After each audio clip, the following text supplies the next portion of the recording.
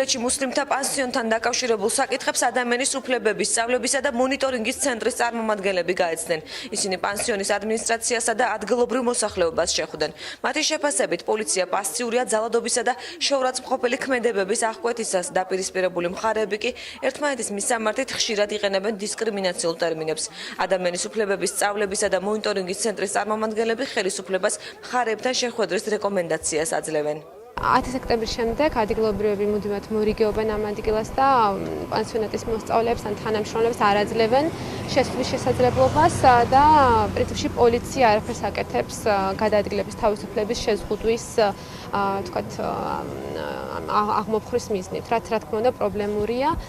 სანამ სიტყვიერი დაპირისპირება და შეურაცხყოფის შემთხვევებშიც პოლიცია არ ერევა, სანამ ეს ფიზიკურ დაპირისპირებაში არ გადავა.